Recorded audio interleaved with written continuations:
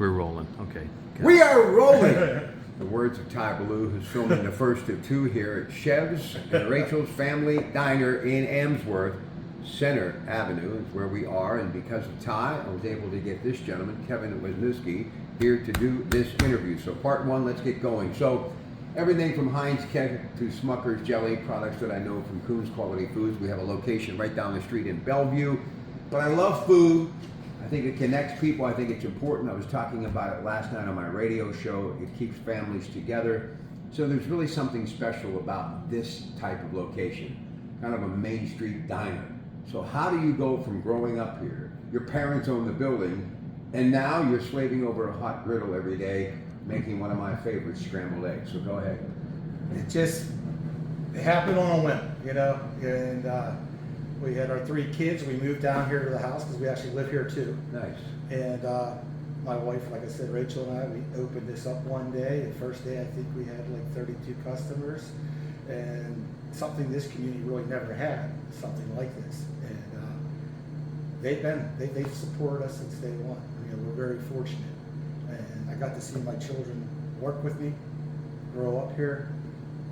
Like you said, I've seen other kids who, you know, 10 years old or 20-year-old now, and it's pretty amazing to see what we've seen as far as the growth of this community since we've been here. You've seen families through good times and bad times, and it's kind of like the neighborhood bar, that local diner. Cheers.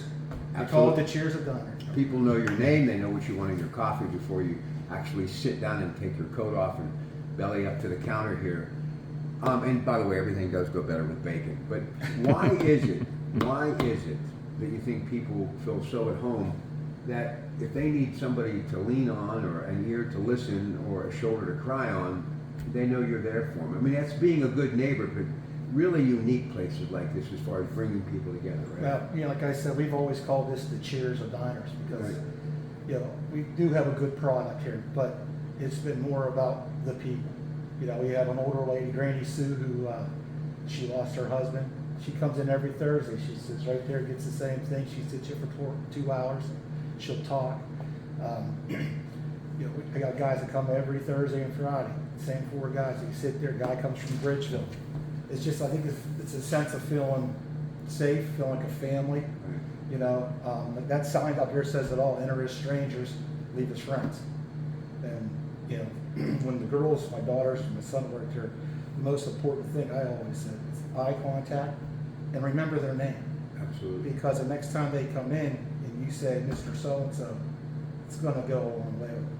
Great diners are normally closed after lunchtime, and you guys are opened up today so I could come in here and do this, but what's a typical day like for you? What time do you get up? What time do you start work? I get up about 4:30 every morning, you know, and that's just 7 days a week.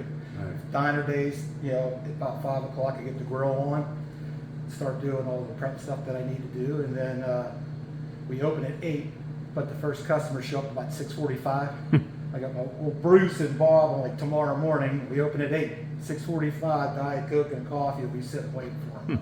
Like Yeah. clockwork. Like clockwork, yeah, for sure. So let's talk about the community. Who lives in these houses? I've been sitting outside waiting for time, just trying to take in a little bit of the ambiance. That's our word for the day, by the way. But I love communities. And you know, I'm telling Ty and you, I've been driving up and down Ohio River Boulevard 5, 6, 7 days a week since the mid-'80s. Emsworth in maybe, but no further back than that. And man, this is a really quaint little community, but working class people, and if so, where is the jobs? Where do they come from? Where do they mostly work? Well, I mean, I think this community here is turnover. I mean, I've seen so many older people who've passed, Right. and so kids that come back. You know, the whole school district, Avonworth. It's amazing how many people don't want to leave.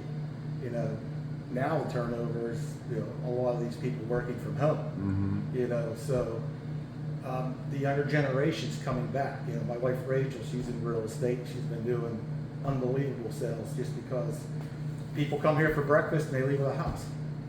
Well, you know what's ironic? Coach John Core is a good friend of mine, as Yeah. his father was, and they've had some successful years at Avonworth, and the Allegheny Health Network is their team physician, so the connection with Dr. Mayo and this community. So I've been around Avonworth a long time. Yeah. They're running Lopes.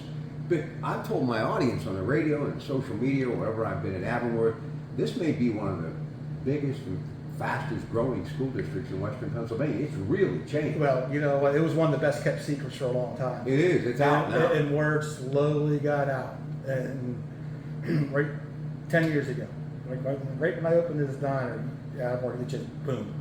It's, you know, they're playing 4A basketball. I know. It's always single A school. And we played against Monaco, we played Cornell. Yeah, now they're playing South Fayette and all these big schools. It's hard for me to comprehend because to me it's a little louder, but not no more. It's grown up. And you know, a lot of you may not realize this, but do you realize who the most successful athlete to ever come out of Avonworth?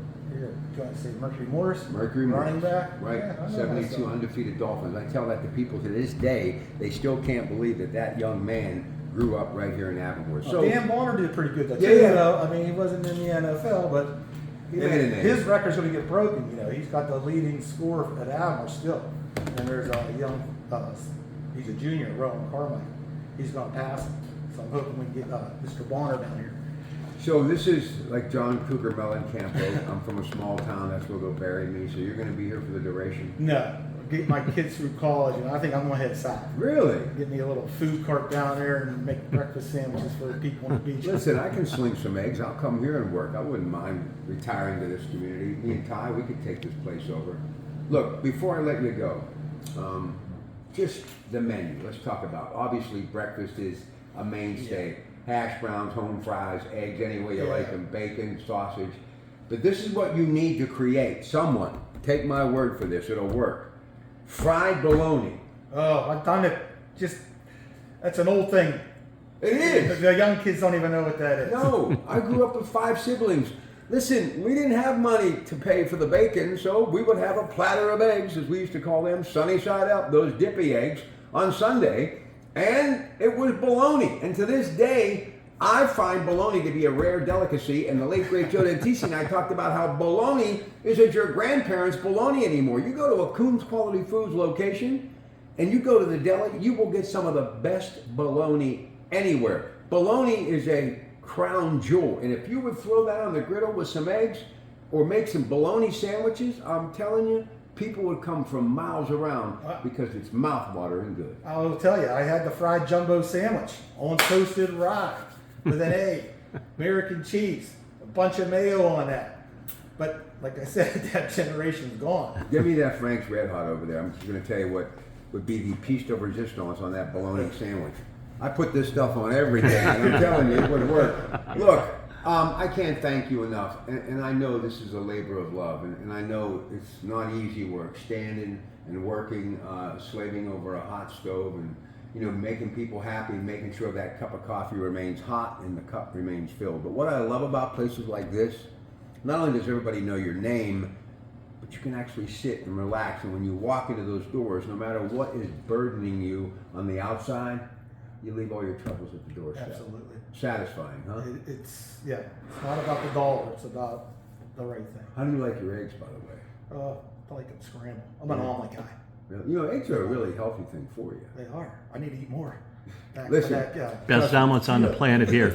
Ty on Mike. Listen. If you want an omelet, it's right here at Chev and Rachel's. I didn't think he would stay quiet that long. But he did. You did, I know. The omelets are incredible here. Now your arms are going to get tired, Kevin, because you're going to film Ty and I. We have a great story to tell over a cup of coffee here at Chev and Rachel's Family Diner. So tell them where you're located and give them your hours and all that good stuff. We are open Thursday through Sunday now from 8 o'clock to 1. But if the lights are on, just feel free to come in. Phone number 412-732-0140 for takeout. We don't do Uber Eats. So we look forward to seeing you, and I appreciate your time. In the address? 233 Center Avenue, Pittsburgh, PA. Best breakfast in town. 15202. Tell them to make your fried bologna sandwich. We'll be back with the one and only, often imitated, but never, ever duplicated. Just watch his smoke. Ty Blue coming up next. Hit the little button.